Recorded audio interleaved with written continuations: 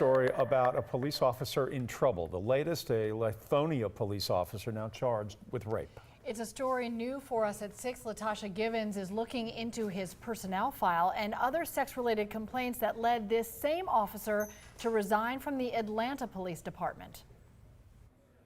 Well, this is what we know right now. DeKalb County Police say Lithonia PD called them last night to assist them in a case where a woman says she was raped by police. But right now, the only information that's been made public is this press release that has one paragraph and this incident report with one sentence.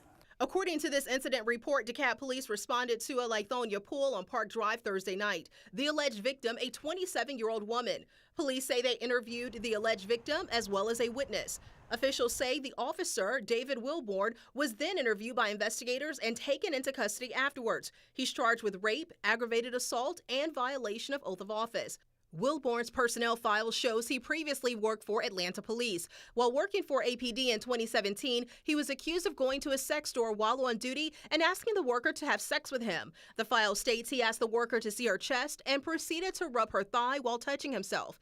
APD documents show Wilborn denies asking the worker for sex. He was placed on administrative leave and resigned in 2008.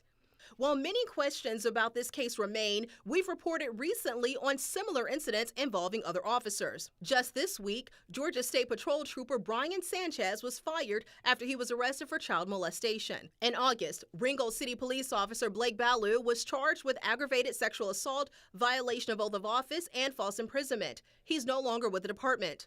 Back in June, APD officer Jeremiah Boyd was suspended after he was arrested for aggravated assault and battery.